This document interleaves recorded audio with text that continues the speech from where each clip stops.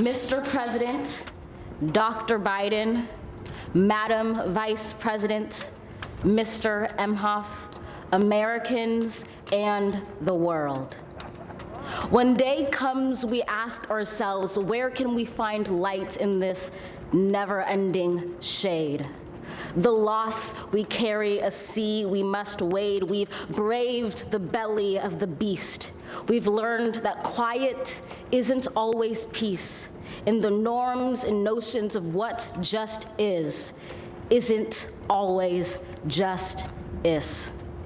And yet the dawn is ours before we knew it. Somehow we do it. Somehow we've weathered and witnessed a nation that isn't broken, but simply unfinished. We, the successors of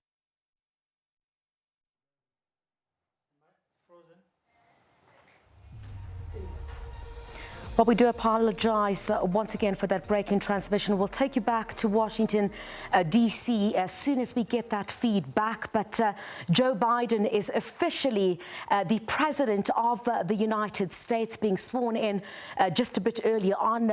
Vice President Kamala Harris, her officially in that position. And just a few moments ago, we saw the new president of the United States. In fact, we'll go back to Washington, D.C. once again. And so we lift our gazes not to what stands between us, but what stands before us. We close the divide because we know to put our future first. We must first put our differences aside. We lay down our arms so we can reach out our arms to one another. We seek harm to none and harmony for all. Let the globe, if nothing else, say this is true. That even as we grieved, we grew, that even as we hurt, we hoped, that even as we tired, we tried, that we'll forever be tied together, victorious, not because we will never again know defeat, but because we will never again sow division. Scripture tells us to envision that everyone shall sit under their own vine and fig tree, and no one shall make them afraid.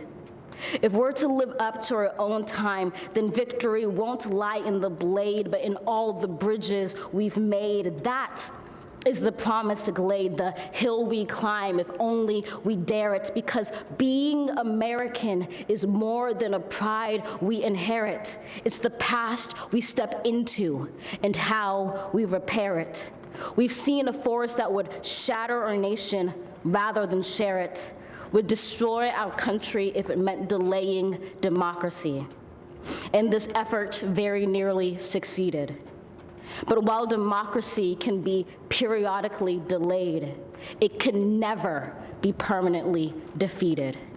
In this truth, in this faith we trust, for while we have our eyes on the future, history has its eyes on us. This is the era of just redemption. We feared it in its inception. We did not feel prepared to be the heirs of such a terrifying hour, but within it we found the power to author a new chapter, to offer hope and laughter to ourselves. So, while once we asked, how could we possibly prevail over catastrophe? Now we assert, how could catastrophe possibly prevail over us?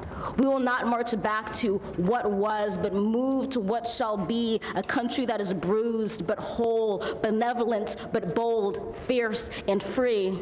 We will not be turned around or interrupted by intimidation, because we know our inaction and inertia will be the inheritance of the next generation. Our blunders become their burdens, but one thing is certain. If we merge mercy with might and might with right, then love becomes our legacy and change our children's birthright.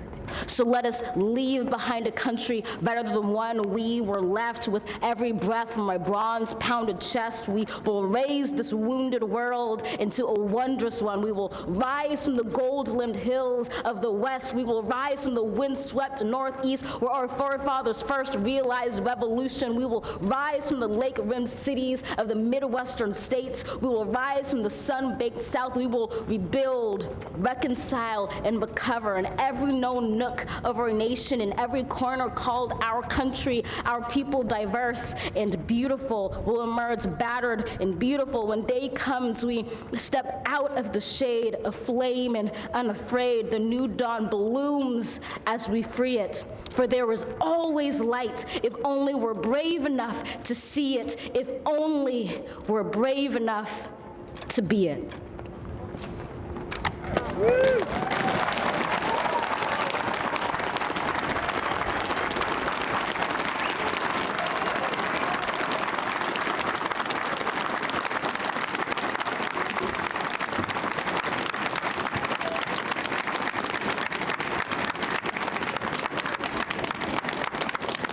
Thank you, Amanda Gorman.